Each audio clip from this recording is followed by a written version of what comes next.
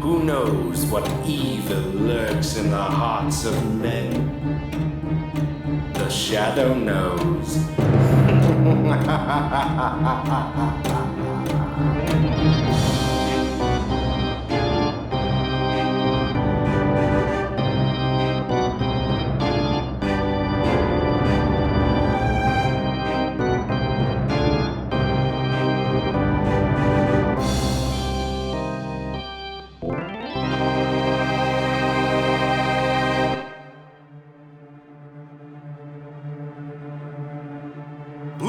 Presents The Shadow, a man of mystery who strikes terror into the very souls of evildoers everywhere. Lamont Cranston, a man of wealth, a student of science, and master of other people's minds, devotes his life to righting wrongs, solving crimes, protecting the innocent, and punishing the guilty, using advanced methods that may ultimately become available to all law enforcement agencies. Cranston is known to the underworld as The Shadow. Never seen, only heard. As haunting to superstitious minds as a ghost, as inevitable as a guilty conscience. With his friend and constant companion, the lovely Margot Lane, The Shadow meets up with danger tonight when the ghost walks again.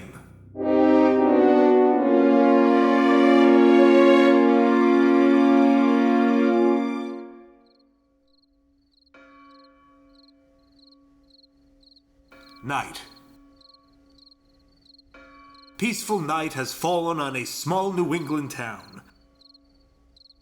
We hear the footsteps of a couple from the town heading toward a village meeting, taking a shortcut through an ancient graveyard, when suddenly... Sam? Yeah? Sam, look! Up there by the big oak, isn't that a freshly dug grave? Well now, it certainly looks like one. Odd. That section's been closed off. There've been no burials there in over 200 years. We'd better take a look. Hold the lantern higher, Sam. That's it. Say, that's the grave of Sir Roger Mathus. Now who could have done that? I don't know, but it's a terrible trick. Desecrating a 200-year-old grave? The grave of the first governor of our colony? Whoever the meddler was should... No meddler desecrated this grave. Who was that? Sam, look, walking toward us. His clothes are covered with dust, and so old. Knee breeches, powdered wig, Puritan hat. Sam, look at his face. It's like a death mask. It looks like the old pictures of Sir Roger. I am Sir Roger. I have returned from the dead. I have returned to save thee and thy village from its sinful ways. It can't be. It can't be. Silence! If either of thee utters word, I shall run thee through with this sword. What shall we do, Sam? Thou shalt do as I command. The will of Sir Roger Mathus is law. To break it means death. Death!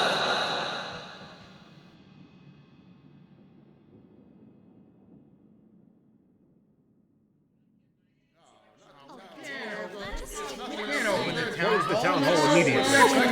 Quiet, townspeople, gentlemen and ladies. The issue that brings us here tonight is this old meeting place. As you all know, it was erected in 1712 by the first governor of this colony, Sir Roger Mathus. And as you also all know, nothing has been disturbed within these walls since that day. The furniture, the paintings, even the ancient punishment stocks and torture presses are all in their original places. Now, some members have proposed that this hall, which has always been a private gathering space for the descendants of the first settlers of the village, be open to the public as a museum, and an admissions price be charged. The proposition is an outrage. Please, Mr. Crossman. An outrage, I say. Thou art violating the very laws passed down to us by our founder, Sir Roger Mathus. Someone go into the next room and fetch the original ruling, written in Sir Roger's own hand. You go, Harvey. Yes, sir.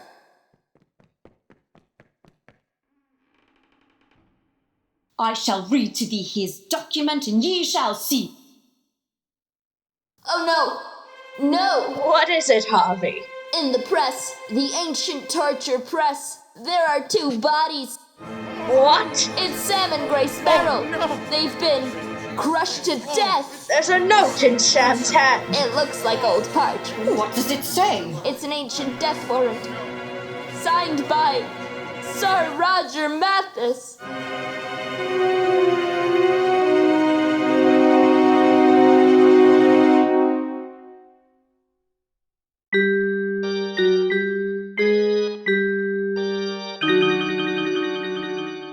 And that was the night the whole thing started, Mr. Cranston. Oh, that's so gruesome, Lamont. Indeed, Margot. Commissioner, have the state police uncovered anything? Nope, they're as baffled as we. That's why I sent for you. Has the ghost of Sir Roger been seen since? Yes, Miss Lane? Many times. And there have been others that have died by his hand. How many? 3. One was found in the stocks. Another hanging from the tree that was used for just that purpose in the olden days. A third was tied to the ancient ducking stool. We found him in the river, drowned. Each one was clutching a parchment death warrant. Have there been any clues at all? Anything that would link these crimes together? Well, everyone who died was in favor of opening the old meeting place to the public. I see. But that only strengthens people's belief in the ghost of Sir Roger. They say this is his vengeance for proposing such a move. Aside from the ghost of Sir Roger, who is opposed to the opening of the meeting place? Quite a few would vote that way. The leader of the old faction is old Silas Crossman. Was he present the first night when the bodies were found? Yes, he was. But you can't suspect him, Mr. Cranston. Old Silas is one of our leading citizens. His family was one of the founders of the village. Tell me, Commissioner, this ghost of Sir Roger, just where and when has he been seen? He's always been seen in the old meeting hall, usually at the hour of midnight. Very well. Then we shall seek out the ghost of Sir Roger Mathus this very night.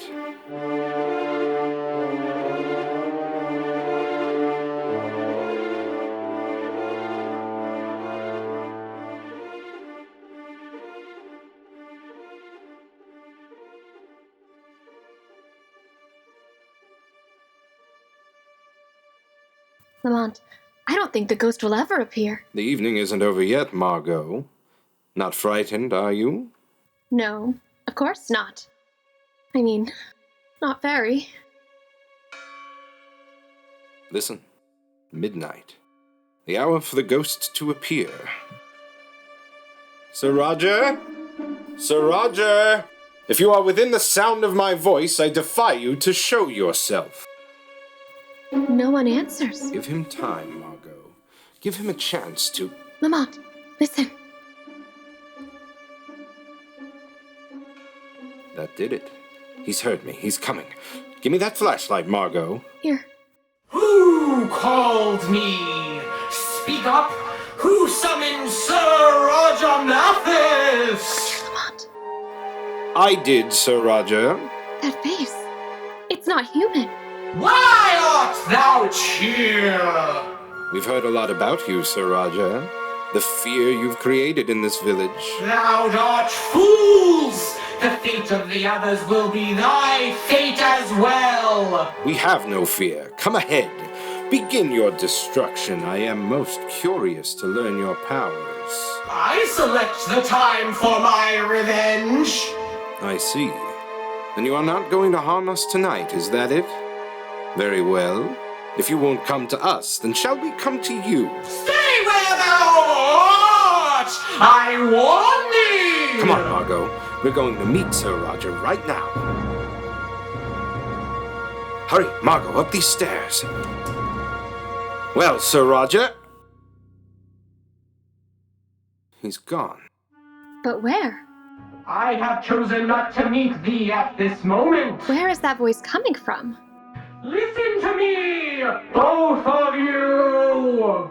He must have gone through a secret panel. Thou hast defied by the laws of Sir Roger Mathus, and by my sword thou shalt die for it!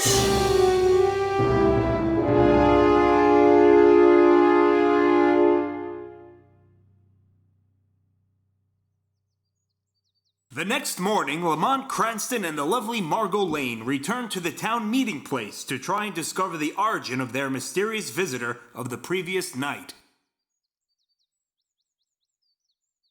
The hall certainly looks different in the daylight, eh, Margot? Sure does. Did you say anything to the commissioner about last night's encounter, Lamont? No. I thought it best not to mention it to anyone for the present. We do know now, though, that Sir Roger proved himself to be a very human ghost. Yes.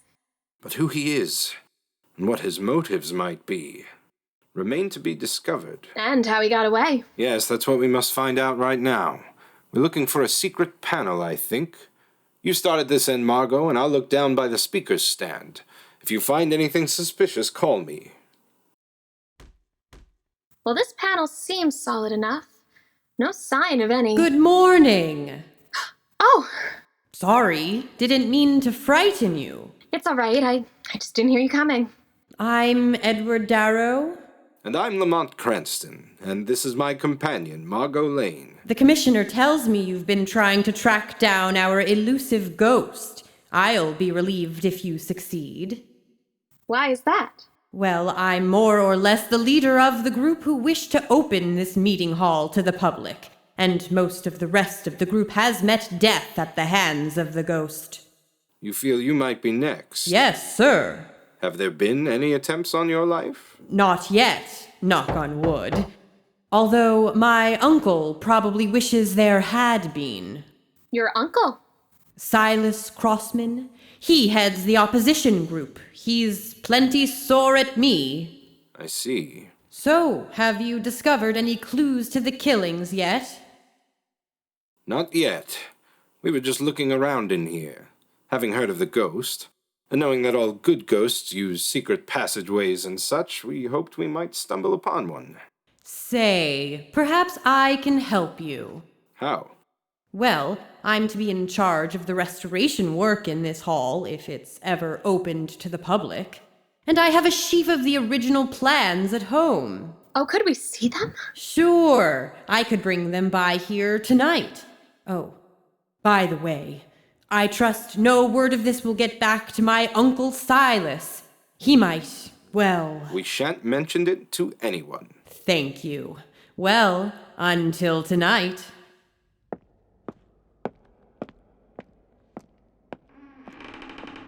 Margot, I think it's time we investigated Mr. Silas Crossman.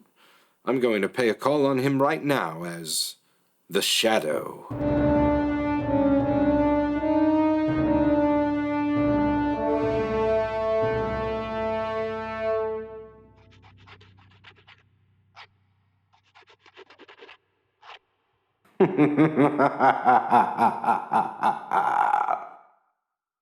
What was that? Sorry to interrupt your letter writing, Mr. Crossman. Who are ye? Where does thy voice come from? I am right beside you, Silas Crossman. Don't trouble yourself to look for me. No human eyes have ever seen me. I am called the Shadow. Oh, what brings thee into my house? I'm in search of a ghost, Silas Crossman.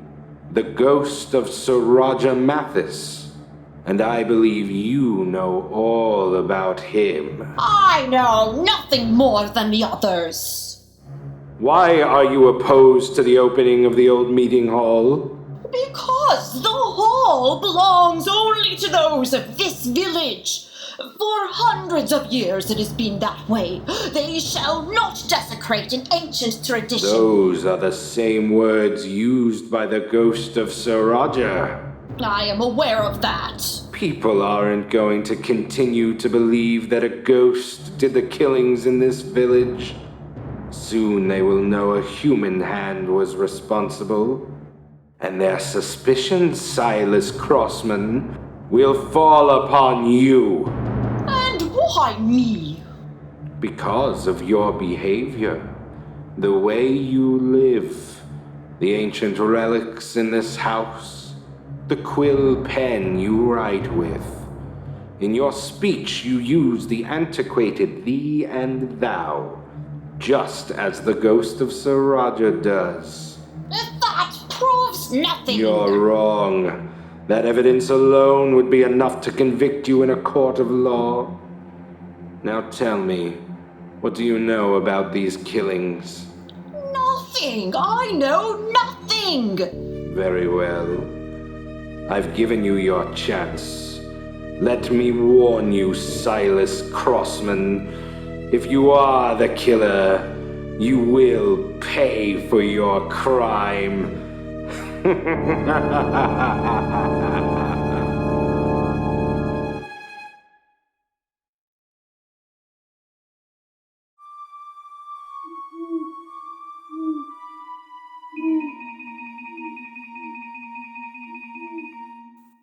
Lamont, do you think Mr. Darrow will keep his word? I believe so, Margot. Good. I shouldn't like to spend many more nights in this eerie old hall. Well, if everything works out as... Listen. Could it be Sir Roger again? We'll soon find out. Hello there. Sorry I'm late. Oh, it's you, Mr. Darrow. You gave us quite a scare. Sorry, that seems to be a habit with me, doesn't it? Did you bring the plans? Yes, 2 sets. Here, take one. Thank you. I think we'd better go right to work. We can each start at one end of the wall, Mr. Darrow. Miss Lane, perhaps you could stay with me. You see, my eyesight is rather poor, and in this dim light, I'll go with you, Mr. Darrow. Thank you. Here are the plans, and here is my flashlight, Miss Lane. Call out to me if you find anything. We can start right here, Miss Lane. Do the plans indicate anything? Well, there does seem perhaps to be one thing that would be right about here. Mr. Darrow, look! This panel! It moves! Why, so it does. I'll see if I can get a hold of it. There! Why? It's opening! We must call Lamont. Lamont! Shut up! Let me go! If you're so anxious to meet Sir Roger, I'll take you to him. Let me go! Lamont! Help! Margot? In you go!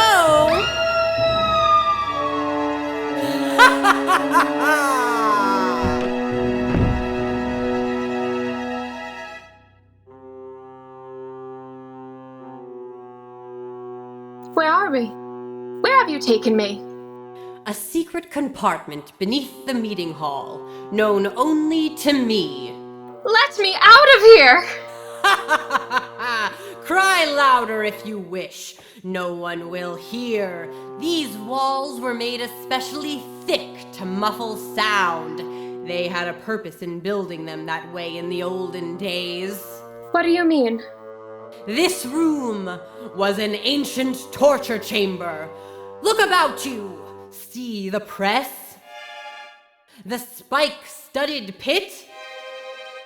Excellent for entertaining, don't you think? Then, it was you who's been impersonating Sir Roger. Correct. But why did you bring me here? See the fire I have started in this forge? See the white-hot branding iron I placed in it? Why? Why are you doing this? In the days of the Puritans, they had a very satisfactory method for dealing with meddlers. They branded them upon the forehead. No! No! Soon, young lady, you shall feel the searing agony of that branding iron biting into your flesh. You're mad! You won't feel the pain too long, because I have another treat for you. The press. The torture press! Keep it away from me! Drop that iron, Mr. Darrow. Who was that? Release the girl. No! Let go of my arm! Let me finish my work! There. Your work is finished, Mr. Darrow. Who are you?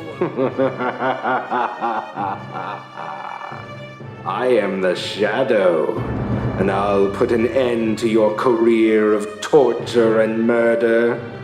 But why did you do it? Why did you kill those men? Because of my uncle, Silas Crossman. I hate him and all he stands for, but now I've had my revenge. He will be blamed.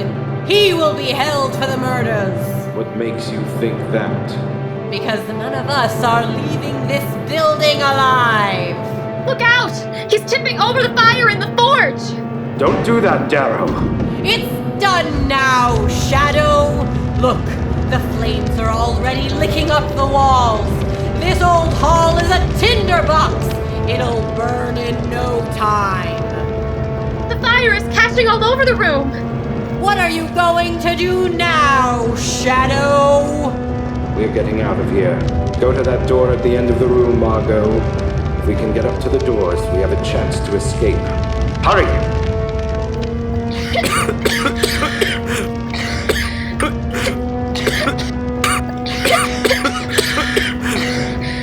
Hold on to my hand, Margot. The smoke! Lamont! I can't see! We've got to keep going. We should be near the door. The smoke! Margot! I'll carry you. We haven't far to go. Only have to make it to the door. The door. Wait, this is it.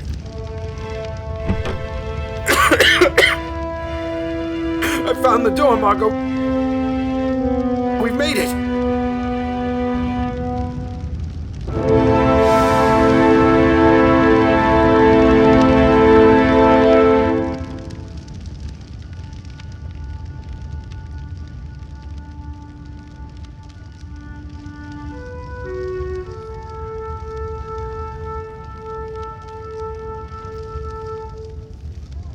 How do you feel, Margot?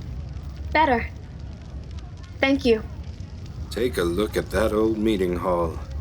It's a mass of flames. Yes, we got out just in time. Any sign of Darrow? No. And there's no hope for him now. Look!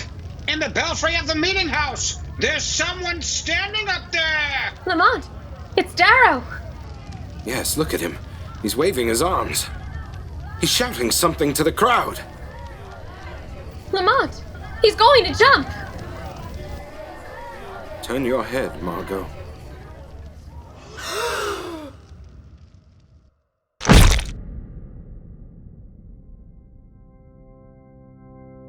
The weed of crime bears bitter fruit. Crime does not pay. The Shadow knows.